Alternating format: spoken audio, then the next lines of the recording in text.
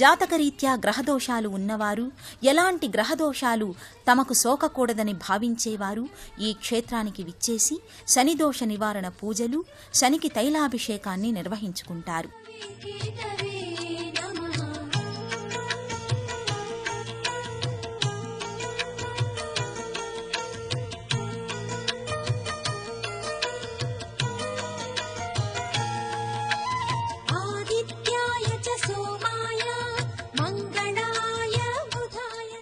మందేశ్వరుణ్ణి జిల్లేడు ఆకులతో, నీలిరంగు పుష్పాలతో పూజిస్తారు.